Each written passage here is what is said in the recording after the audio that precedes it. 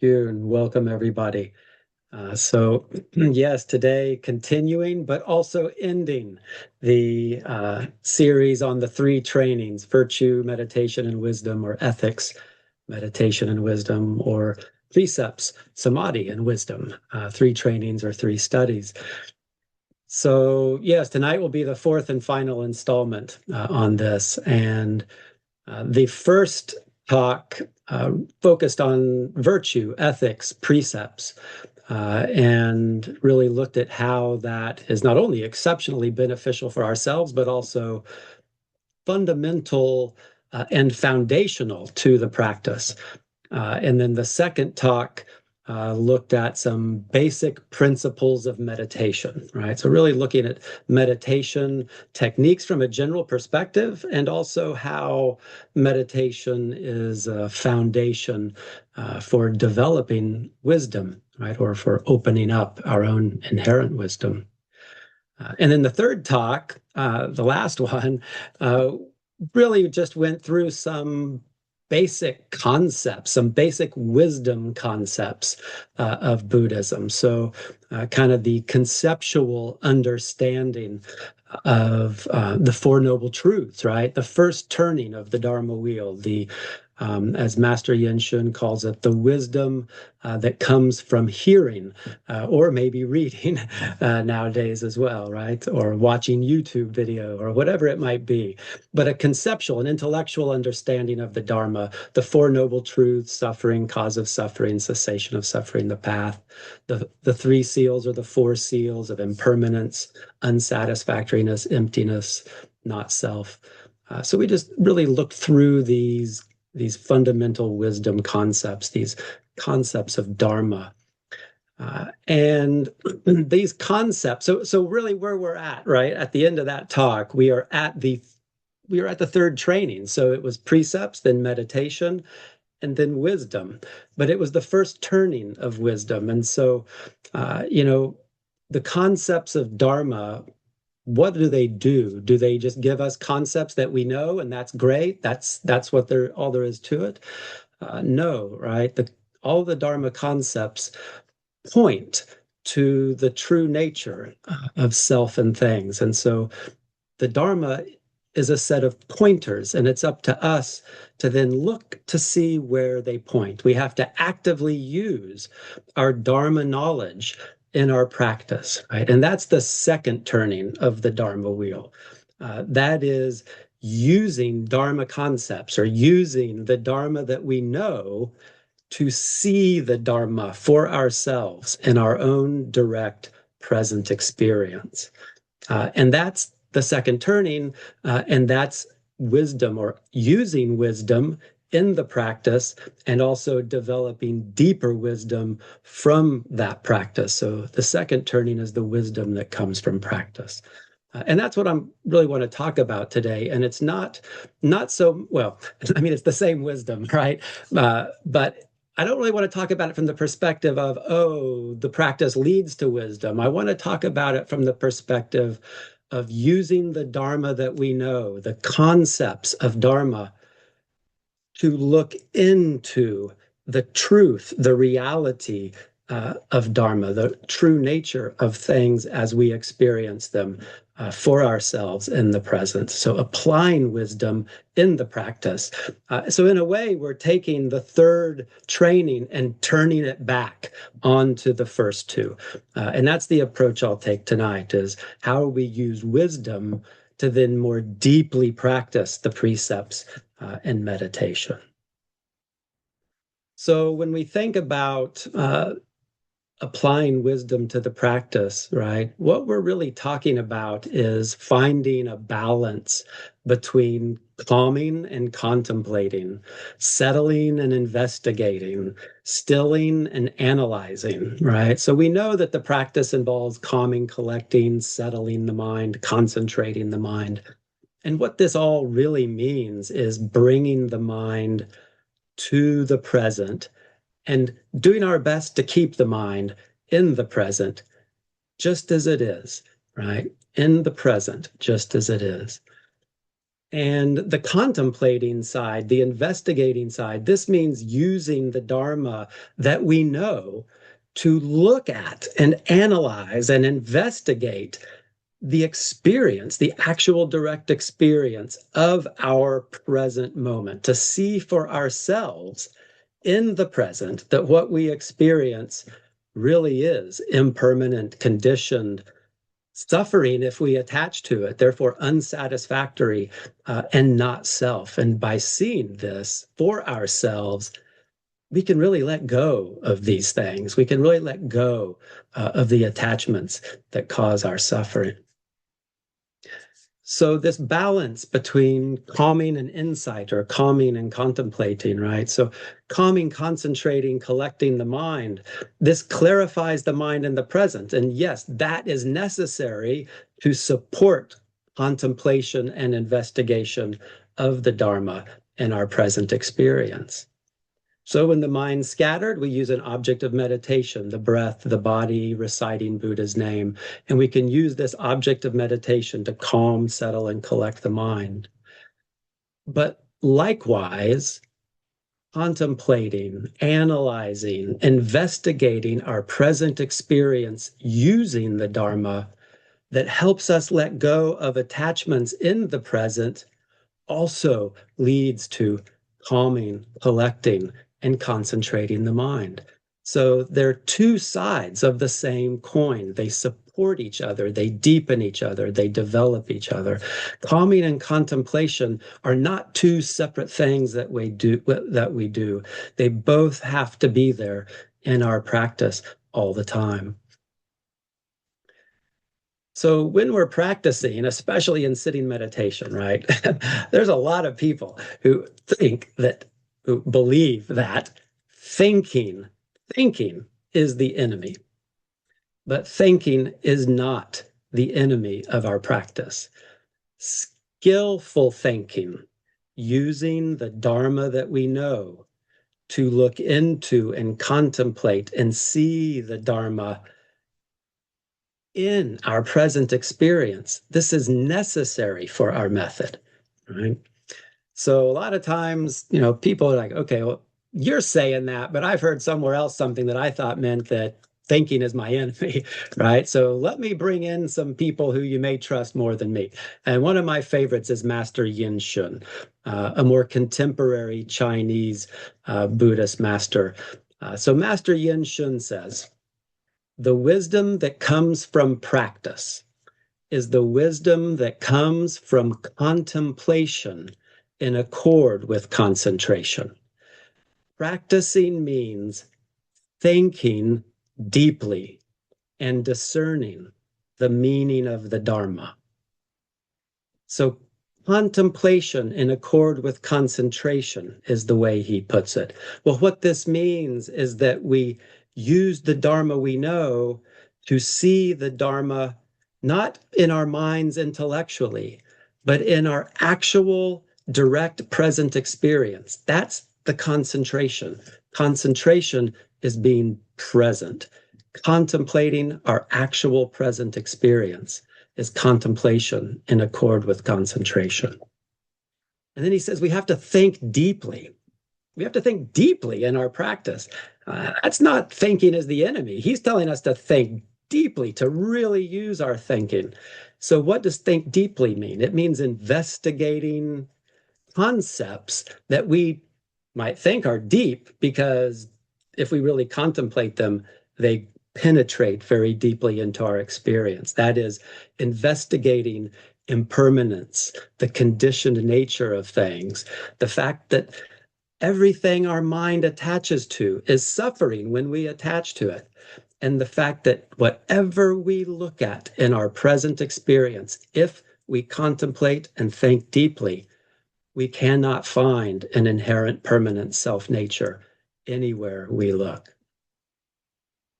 So then he also says we have to be discerning, thinking deeply and discerning. What does discerning mean? Discerning means that by thinking deeply and looking closely with the Dharma as our guide, we see for ourselves what is false and what is true in our experience, what is useful and what is not useful in our experience, what accords with the Dharma and what does not accord with the Dharma in our experience. If we are not reflective, if we are not thinking deeply and discerning in our practice, then we're not able to learn from the practice, to adjust our mind in the practice, to deepen our practice. Now, most people do start their practice with an emphasis on calming and collecting. But even when we are beginners, we must include contemplation. We must include thinking about and discerning in our practice. And again, not just intellectually, but looking at what is actually arising in the mind right now. Now, of course, to use the Dharma that we know, to contemplate the Dharma in our practice, we do first have to know the Dharma. So we must study the Dharma and develop right views. But since this is the fourth talk and we've already talked about some of those concepts, I'm kind of assuming that for where we go here for the rest of this talk. All right, now another thing, some people think thinking is the enemy. That is incorrect. Some people also think that what the Dharma points to is something beyond their own experience, right? Beyond their own present experience. That is also incorrect. Everything that the Dharma points to, all of the wisdom teachings, are right here, right now, in our present experience already. They are exactly what we are experiencing, whatever present moment we choose to look at, right? So if we believe that wisdom is somewhere else, we will never find it. But if we use the Dharma to look at exactly what we're experiencing in the present, whatever it is, just as it is, we will find wisdom. Master Yin Shun says, one should not by any means imagine that the ultimate truth is something apart from the real world. It does not exist apart from the real world, and that without relying on conventional truth, ultimate truth cannot be attained. Master Sheng Yin says, attaining the wisdom of nirvana is our ultimate goal, but the wisdom of phenomena is the process. So the wisdom of phenomena, the real world, the conventional truth is the process. This is where we look.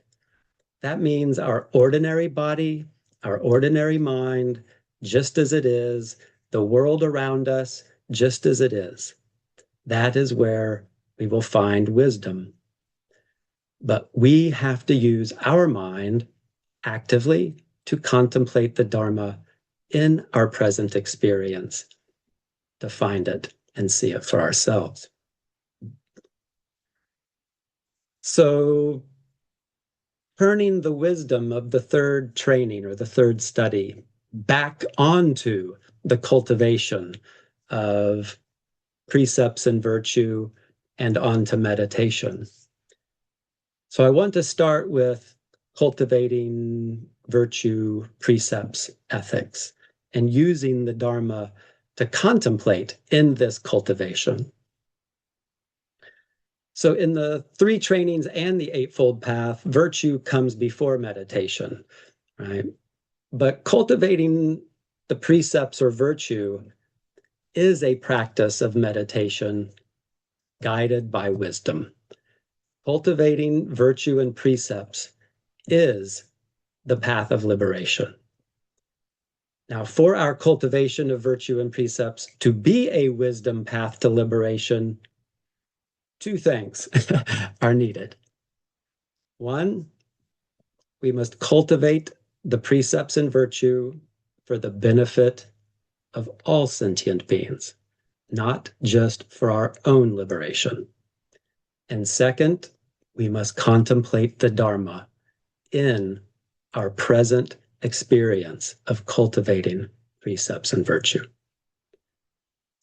So first, what about Bodhi mind, the vow to practice for the purpose of freeing all sentient beings from suffering? There are a lot of benefits to practicing and cultivating virtue and precepts, right? And usually when we cultivate virtue and precepts, we're seeking those benefits for ourselves, right? And that's totally fine. Seriously, that's totally fine. They are wholesome benefits. It's better to cultivate virtue for ourselves than not to cultivate virtue at all. But as Nagarjuna says, the deeper practice of virtue and precepts is not motivated by fear, nor for the sake of fame or an empty reputation, nor for the sake of seeking nirvana for myself. But instead, one acts out of kindness and sympathy for beings. One is motivated by the intention to bring beings across to liberation. So this is practicing precepts and virtue with Bodhi mind, the vow to understand the path and accomplish the path so that we can liberate others from suffering. That may simply mean that we don't cause other people suffering. And that's worth a lot, right?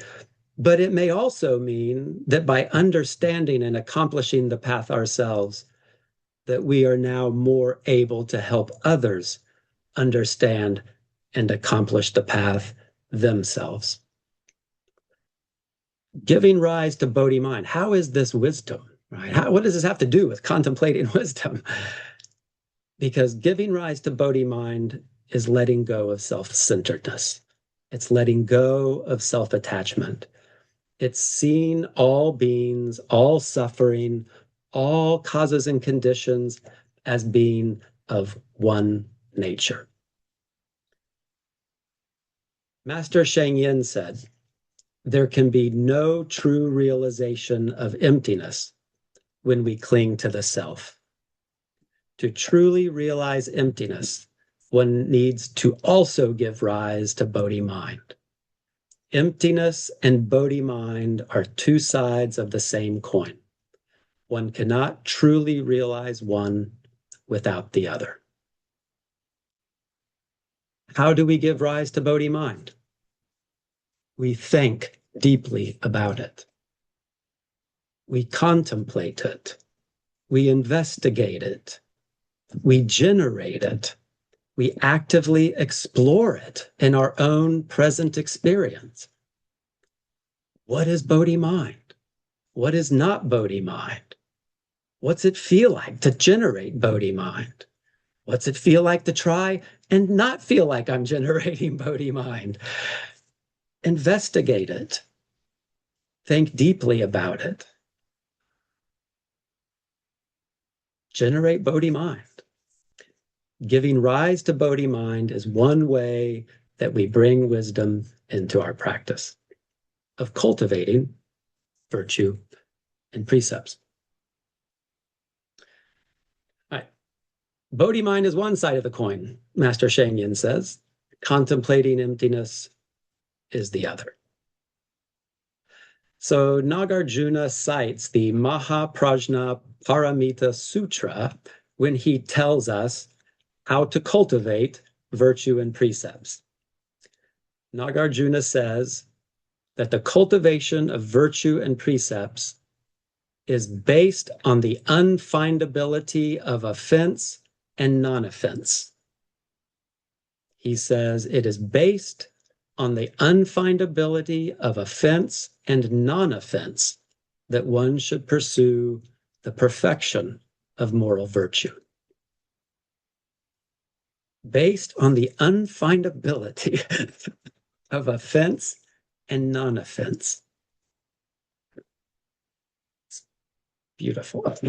Right? So usually we practice precepts and virtue trying to find things.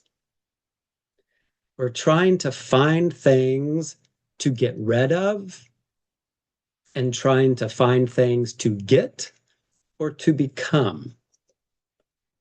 We usually practice or cultivate precepts and virtue with the idea of good and bad, offense and non-offense, purity and impurity, failure and success, good me, bad me, right? We look down on ourselves when we cause an offense. We see ourselves as bad or failing when we speak or act based on afflictions. We may feel angry at ourselves. We may even hate ourselves, become despondent, or doubt our abilities when we have a lot of afflictions, and especially when we give in to them and speak or act cruelly or harmfully. Or maybe we hold ourselves in great esteem when we keep the precepts and act with virtue. Maybe we feel proud. Maybe we even feel better than others. We're trying to get rid of a bad self and create and hold on to a good, holy, special self. But Nagarjuna continues. He says, the person who observes the precepts contemplates the origin of the specific aspects of the moral precepts. They realize that the precepts originate with the numerous karmic offenses which have been committed. If none of those numerous karmic offenses had been committed in the first place, then there would not be any moral precepts. Since the specific aspects of the moral precepts exist in this manner on the basis of causes and conditions, how could one generate any attachment to them? He continues, in this sense, the moral precepts are comparable to lotus blossoms growing forth from grime-ridden mud. Although their form is fresh and fine, the place from which they arise is impure. If one awakens one's mind in this fashion, then one does not allow the mind to develop attachments. This is an instance of upholding the precepts, bringing forth prajna paramita. How then, if we contemplate the Dharma, especially this deeply in our practice and cultivation of virtue and precepts, how can we feel hatred toward afflictions that are the source of the pure precepts? And how can we attach pride to our upholding the precepts when the precepts arise out of afflictions? Afflictions and virtues, breaking precepts, upholding precepts, like everything else, are impermanent, conditioned, unsatisfactory. When attached to, they bring suffering. They're empty. They're not self. They arise and cease from causes and conditions. They lack a permanent, inherent self-nature.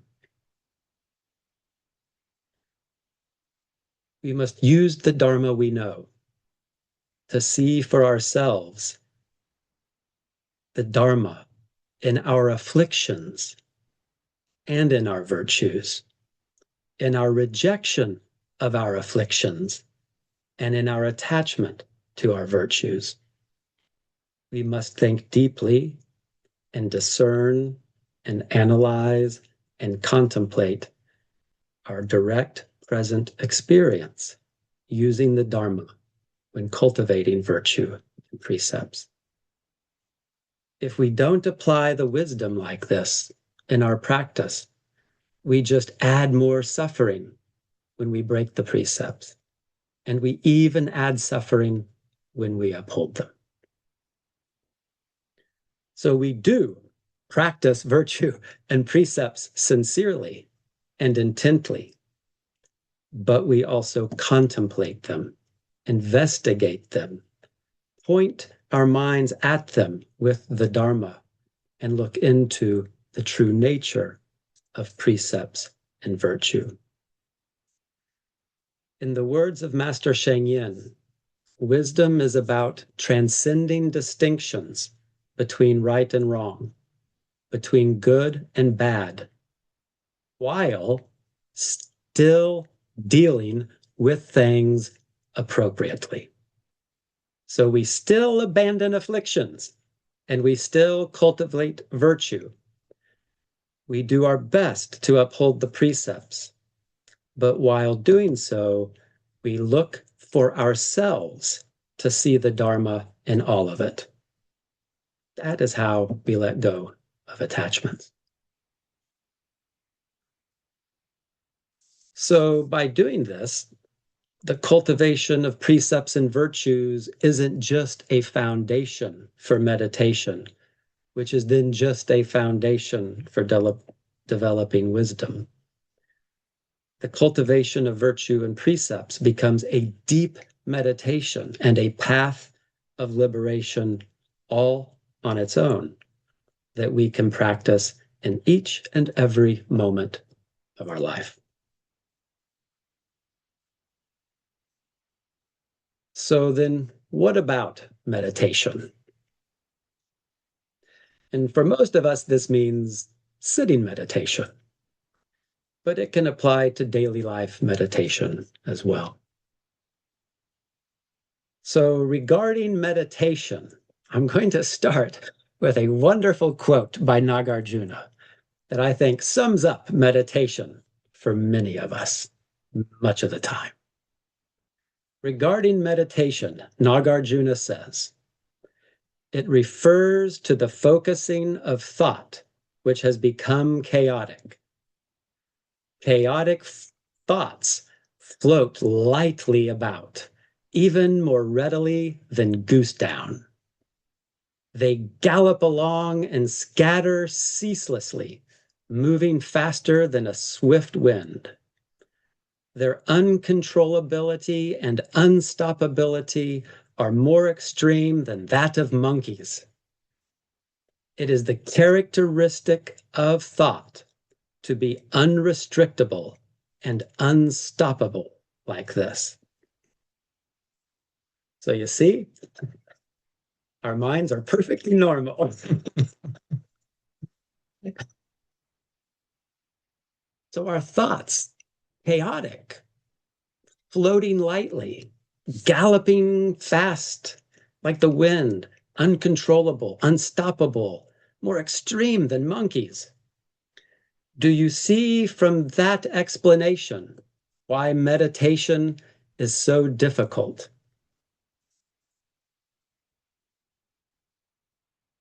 Do you think it's difficult because thoughts float lightly, move fast, are unstoppable, and are uncontrollable like monkeys? That's not why meditation is difficult. That's just the true nature of thought.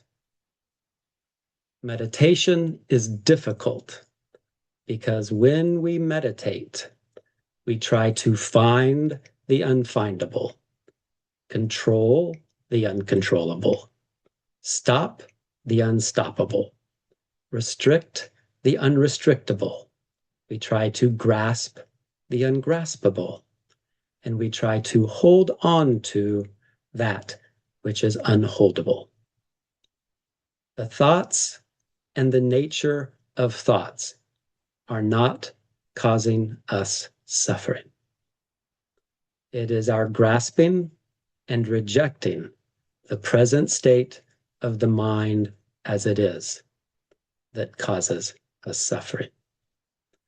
We reject and want to get rid of some things, and we grasp at and try to hold on to other things.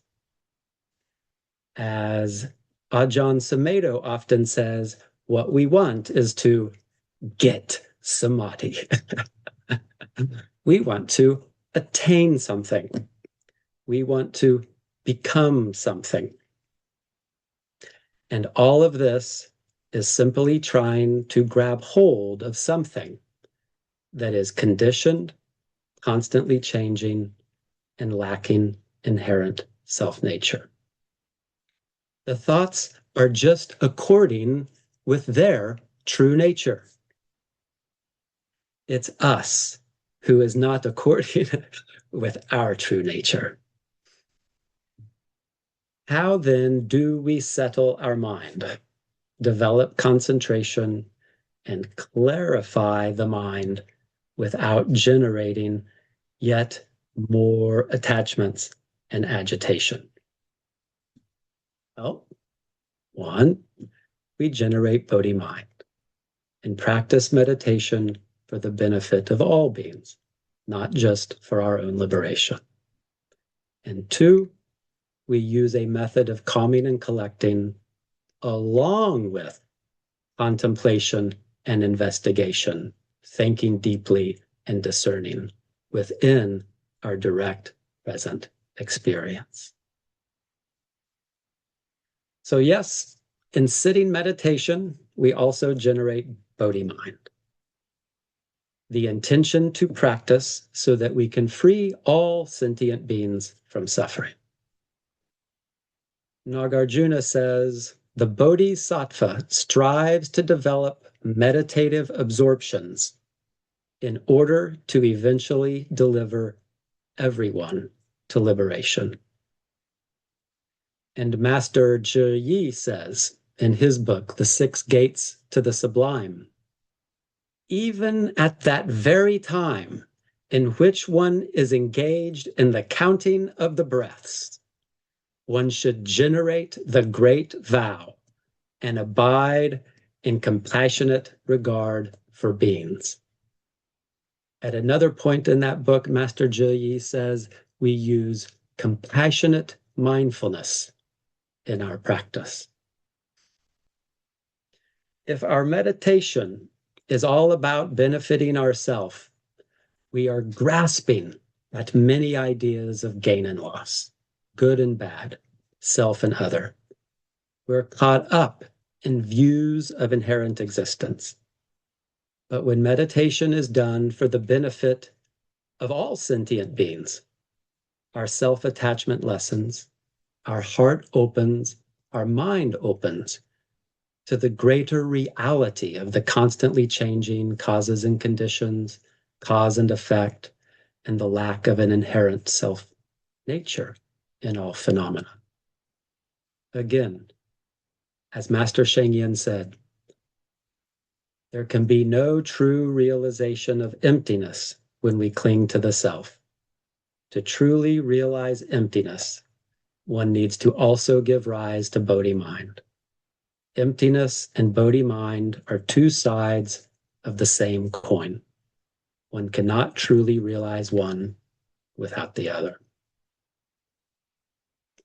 So what about contemplating emptiness in our meditation practice?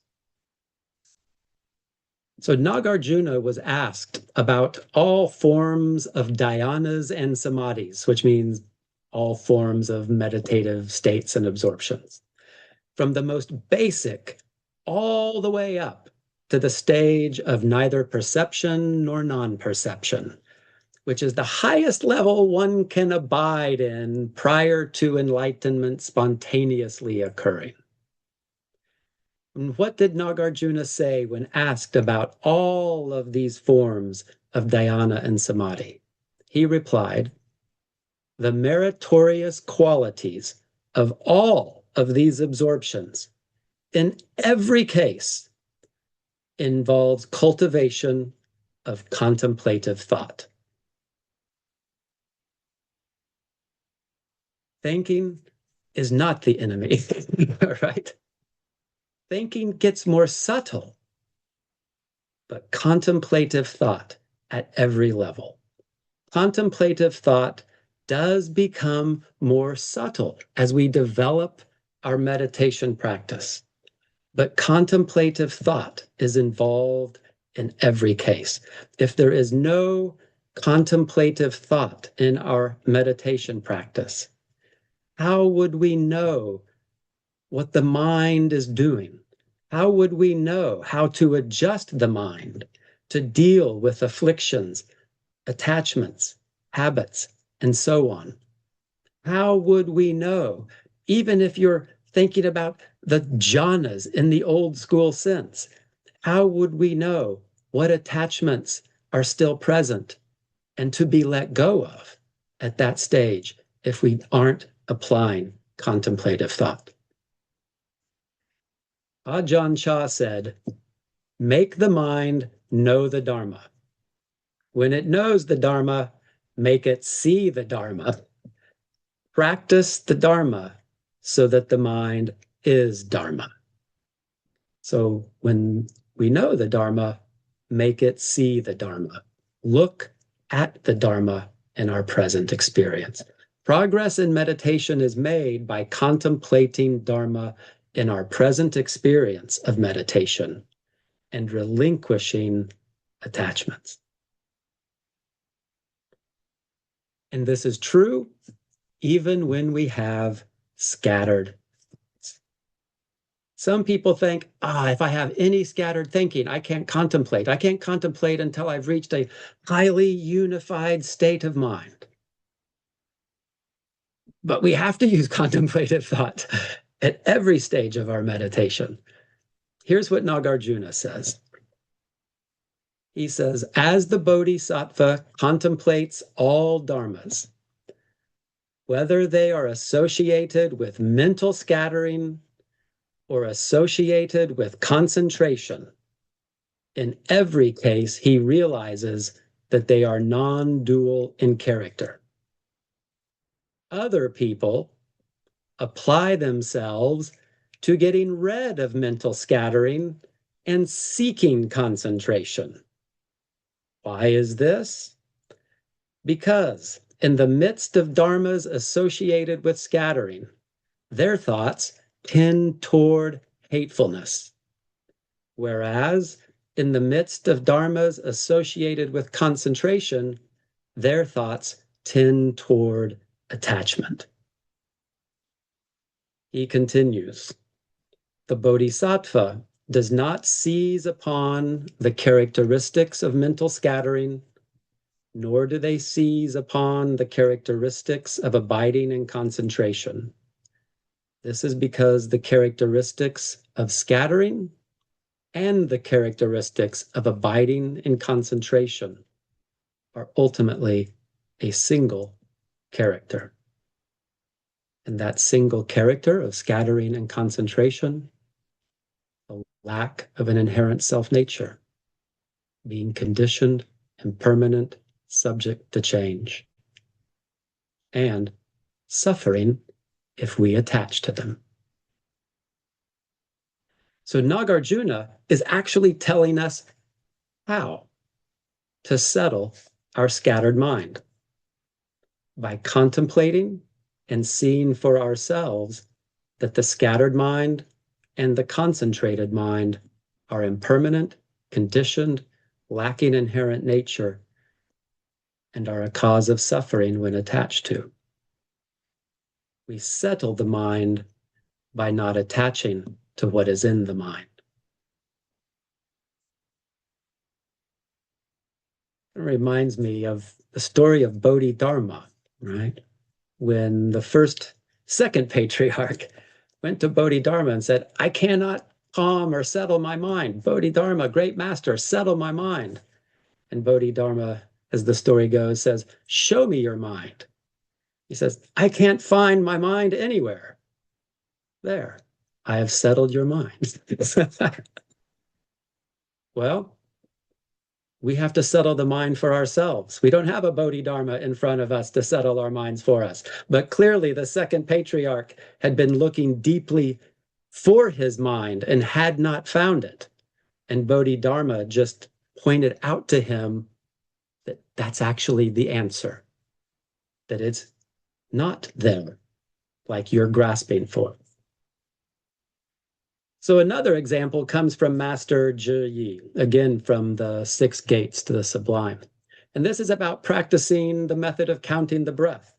Master Zhi Yi says, In a case where the mind moves and becomes scattered as it proceeds to grasp at objects of the 5 types of desires, one subsequently realizes that all such phenomena are false and deceptive. Well, how does one subsequently realize that the objects of the mind's grasping are false and deceptive? Because when the mind scatters, one uses the Dharma to contemplate the nature of those phenomena and the nature of the grasping itself. So Master Zhe Yi continues by saying that by realizing that all such phenomena are false and deceptive, the mind no longer acquiesces in attachment to those objects. The mind then turns back, returning again to counting of the breaths. Calming and collecting the mind supports contemplation. Contemplation of Dharma supports calming and collecting the mind. It's samatha and vipassana, calming, insight, settling, investigating. 2 sides of one coin. They both must be present. So Master Sheng Yin says, regarding all the thinking that occurs in our meditation, particularly the wandering and scattered thoughts, but even our skillful thoughts, our contemplation. Identifying the thinking process as oneself is the source of vexations and suffering. When someone truly understands and perceives that the mind is constantly in flux, that the mind is just a mirror of impermanence, then one will stop seeing the thought stream as the self, and suffering will not follow. So by seeing for ourselves and truly understanding that the mind is constantly in flux, that it's conditioned, impermanent, with no inherent self-nature, that it's just a mirror of impermanence, the mind settles by letting go of attachment, not creating suffering. So calming, collecting, and concentrating the mind brings the mind to the present and supports contemplation. Contemplating, analyzing, investigating, thinking deeply, and discerning the Dharma in our present experience, we learn to let go of attachments, which removes suffering and which calms, collects, stabilizes, and concentrates the mind. Now, how do we know if we are just intellectually thinking about the Dharma or if we are truly contemplating the Dharma in our practice? It's a very important difference. Master Sheng Yin says, what do we use to practice dhyana or meditation? We use the mind of the present moment, keeping the mind on the present moment and only the present moment. This is the mind that gives rise to dhyana, to meditation, to wisdom. Contemplation is not abstract thinking. Contemplation is analyzing and investigating what is directly and concretely being experienced right now through the senses, in the body, in the mind. Contemplation is connected to shining a light of Dharma on, looking at, looking into, thinking deeply about that which is actually in the mind right now. Intellectual learning, abstract reasoning, thinking about the Dharma in a purely conceptual way, that is also important. That helps us understand the concepts correctly. But that is not contemplation. Contemplation is using our own mind to investigate the Dharma in our actual, concrete, present experience. All of the Dharma points to something. All of the Dharma points to something in our actual present experience. And it's in our actual present experience that we can actually see the Dharma for ourselves. That is what the Dharma is for. Yes, it's fun to learn the concepts and play with the concepts and think about the concepts. We can actually benefit from that too. But what the Dharma is for is to point us at the true nature of things in our own present experience. If we count or follow the breath is not the method. The breath is just the object of meditation that helps bring and anchor the mind in the present.